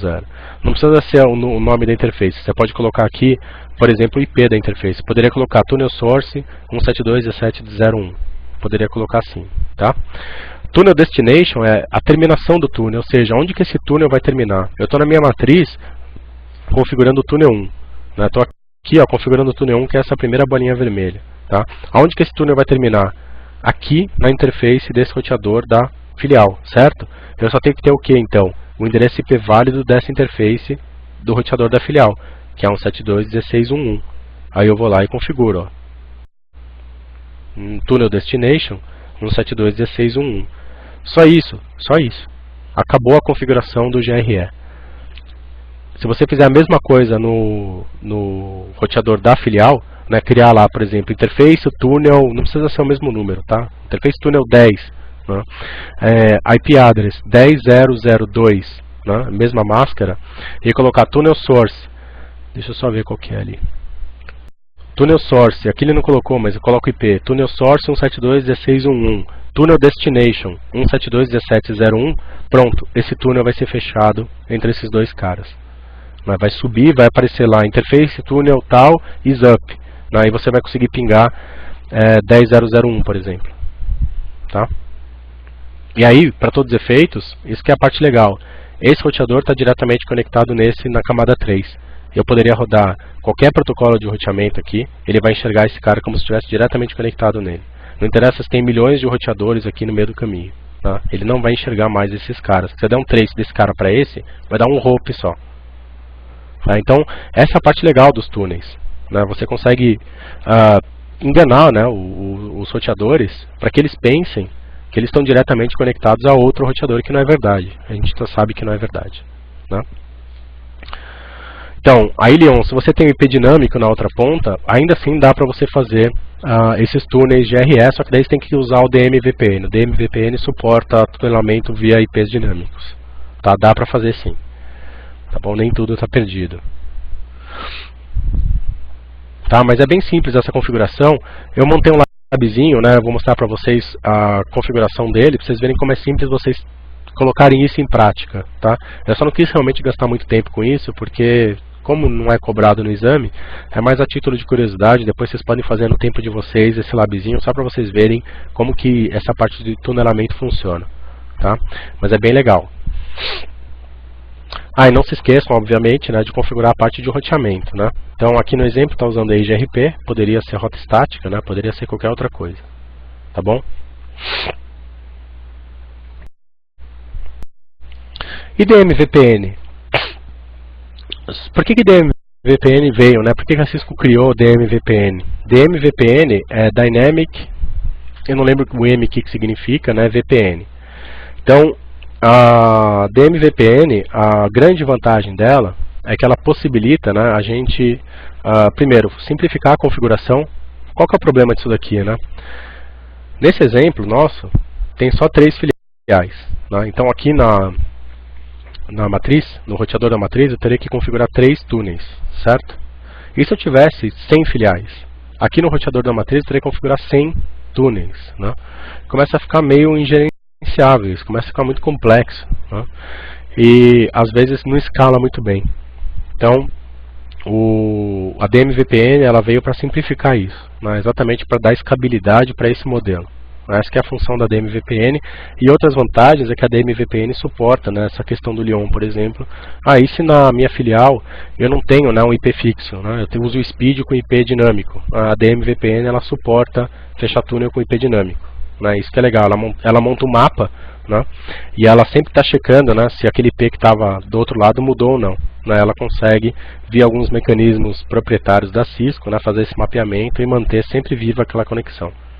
Tá, então, ela quebra um galhão aí em termos de simplificar as configurações. Tá? Então aqui a gente tem o mesmo cenário, né, e usando o DMVPN com ele, aqui vocês estão vendo que na matriz, ó, graficamente, a gente já não tem mais um túnel para cada um dos uma das filiais, né? Eu tenho um único túnel agora, né? Sendo concentrador para todas as filiais, né? Graficamente é isso que muda. Então, como aqui fica a configuração do DMVPN? Né? Eu tenho que ativar o serviço. Então eu tenho que usar esse NHRP, né, esse comando, para fazer toda a parte da configuração da DMVPN. Né? Aqui tem alguns comandos que também não vem ao caso para esse exemplo. E basicamente, né, o que eu quero mostrar para vocês? No hub, né, ou seja, no roteador da matriz, eu só crio um único túnel, tá vendo? E eu crio, né, eu falo para ele começar a olhar dinamicamente, né, o mapeamento do resto, tá? E ele vai fazer isso daí para mim. E aqui nas filiais, tá? Eu ativo a mesma configuração, tá vendo? Só apontando para outra IP, tá vendo? Aqui que eu tô falando para ele, ó, o mapa que ele tem que ficar checando nas filiais, ele aponta para o IP 10001. Quem que é o IP 10001? É o túnel que está na matriz.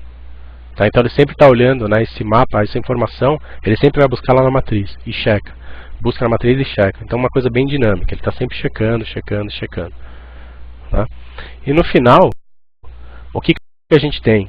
Sem DMVPN, né, a configuração do roteador da matriz, que é sempre o mais problemático, né, se eu tenho, por exemplo, 300 filiais, eu tenho que configurar 300 interfaces adicionais. Né?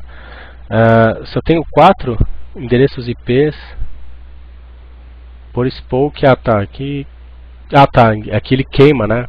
Deixa eu ver se é isso daí mesmo. Eu não lembro porque que tá 4 endereços IPs por spoke aqui. Deixa eu só dar uma olhadinha rápida. Aqui eu preciso, na verdade, de um IP. Tá, eu já entendi por quê. Tem cada túnel que eu fecho está em uma subrede diferente. Tá? Vocês estão olhando aqui, ó, tudo 252, tá vendo? No final. Então eu queimo, né, um monte de IPs aqui. Eu queimo 4 IPs, na verdade, né, por túnel. Por quê? 252 são 4 IPs que eu estou jogando fora. Tá? Então isso daí é um desperdício muito grande. Né?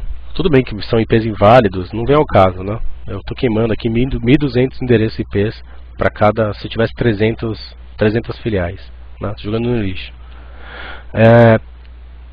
Em termos de configuração, né?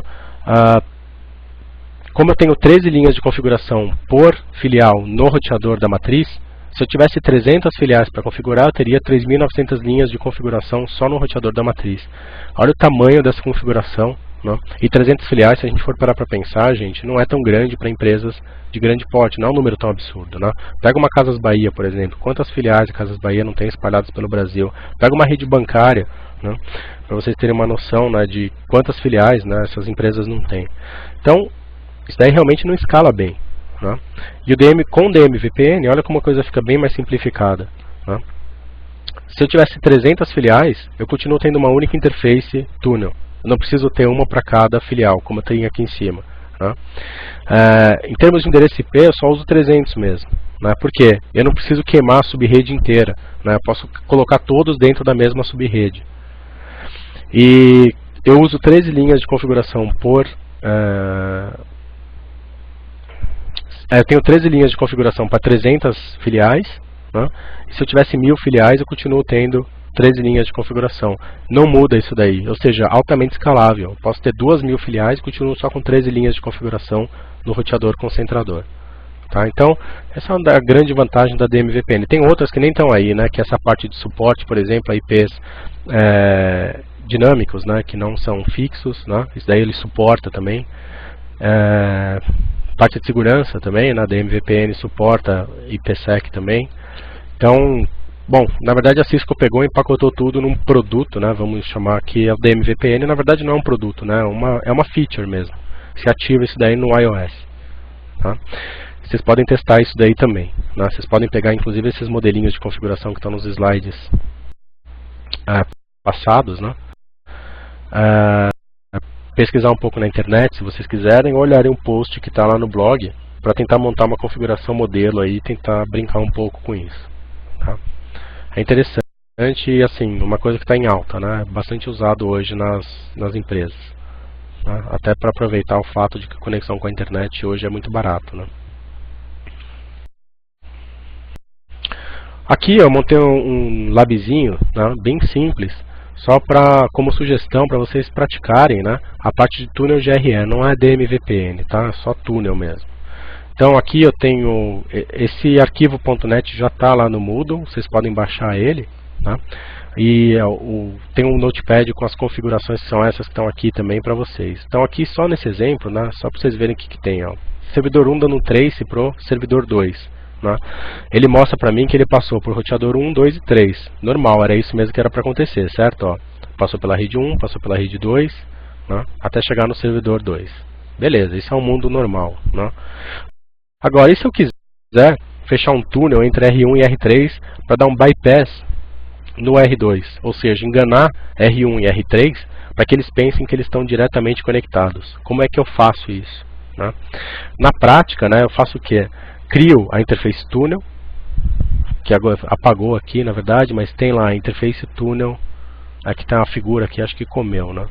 Mas tem no PDF lá que, o PDF dessa aula está lá no Moodle, tá? Se vocês estiverem usando aí, vocês vão conseguir acompanhar, mas eu vou falando aqui pra vocês, deixa eu ir escrevendo por cima aqui, pronto. Assim todo mundo enxerga. Então aqui eu tenho lá a interface, túnel 100,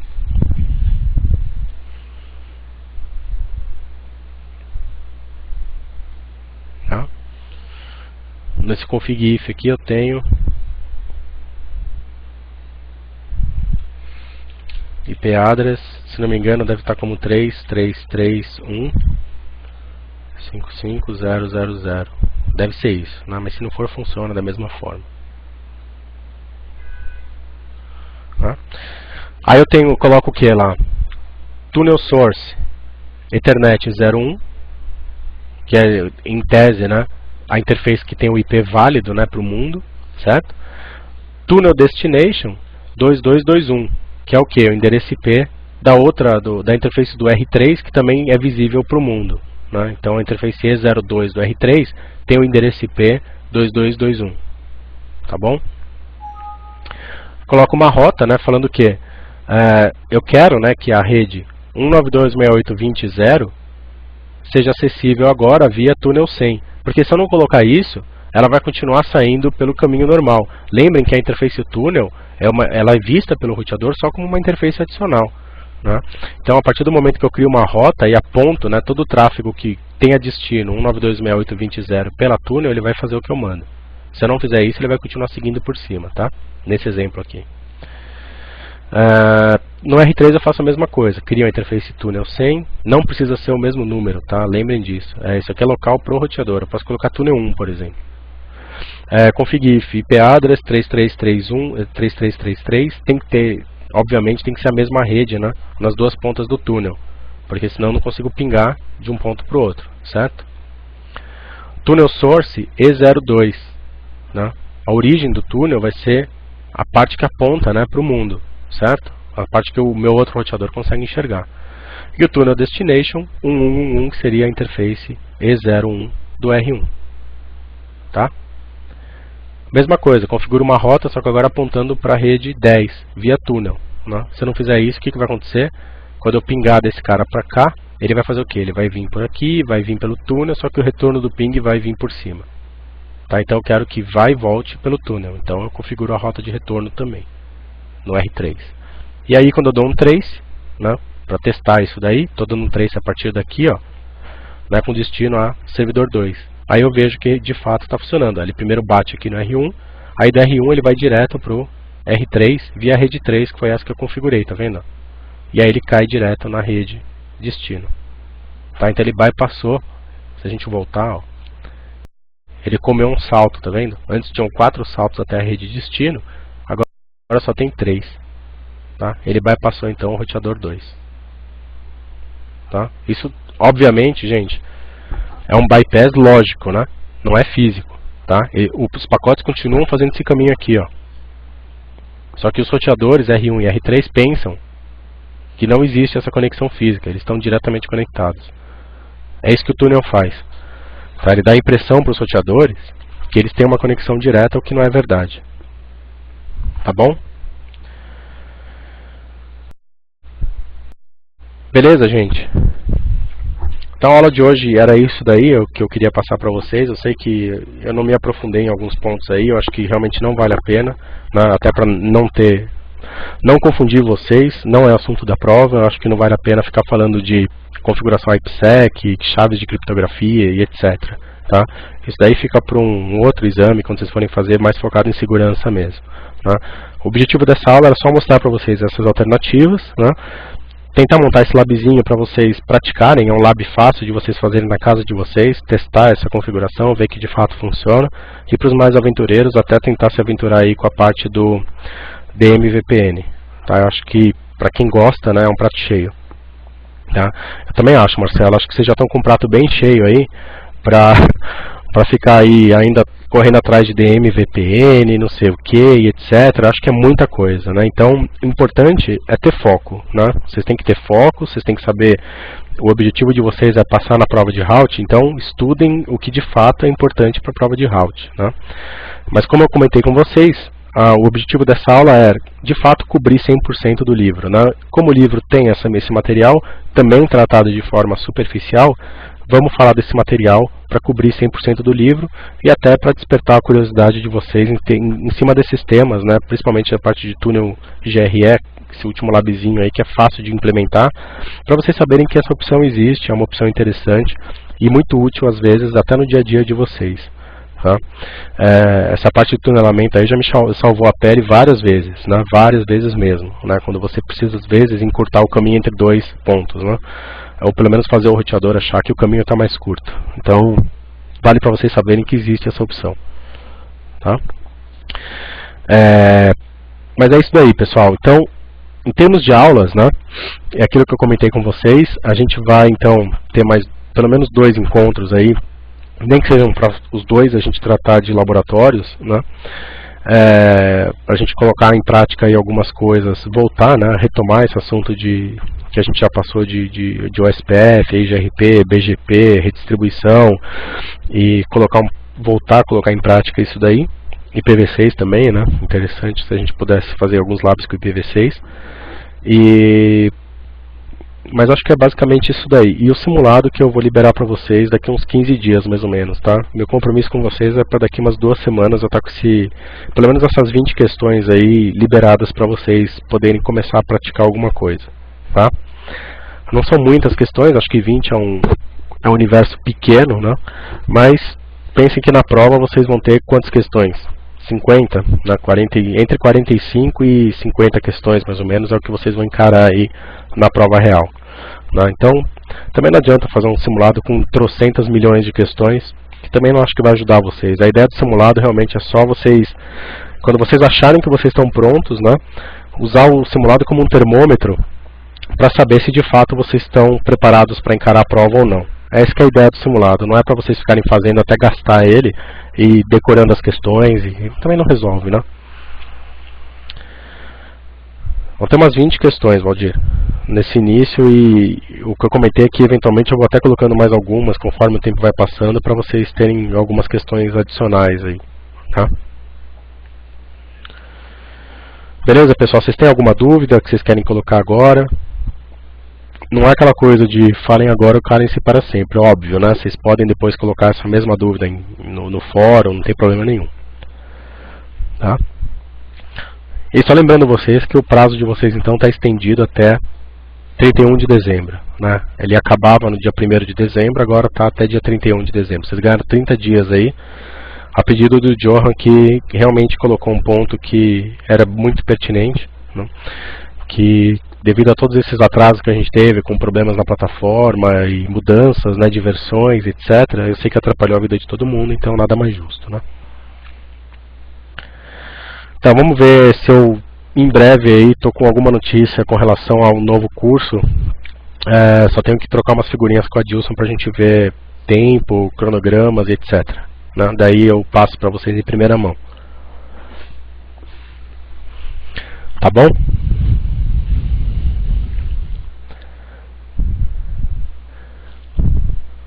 Beleza então, pessoal? A gente vai se falando então, hein, gente? Isso aqui não é um adeus, hein? Apesar de ser a última aula, não é um adeus, tá bom? Então, gente, obrigado novamente pela confiança, pela participação de todos vocês, pelos feedbacks que vocês deram pra gente, né, tanto para mim quanto para Dilson. Foram muito importantes para a gente sempre buscar melhorar esse curso, né? E espero que tenha sido bom para vocês essas aulas todas que a gente teve, né? E que o curso continue sendo bom para vocês aí até o fim do prazo de vocês, né? E que, obviamente, faço votos que vocês passem na prova, né? Quero ver daqui a pouco, né, começar a pipocar mensagens de que foram aprovados na prova. Isso daí vai ser o maior recompensa que a gente pode ter, né? Tanto pra gente quanto pra vocês, obviamente. Tá bom, gente? Pode deixar, Valdir, manda sim, mas vocês ainda vão ter encontros aí com eles, vocês vão ver. Tá bom? Então falou, pessoal. Boa semana pra vocês. Eu vou fechar então essa nossa aula de hoje. Tá bom? Abração, turma. Até mais.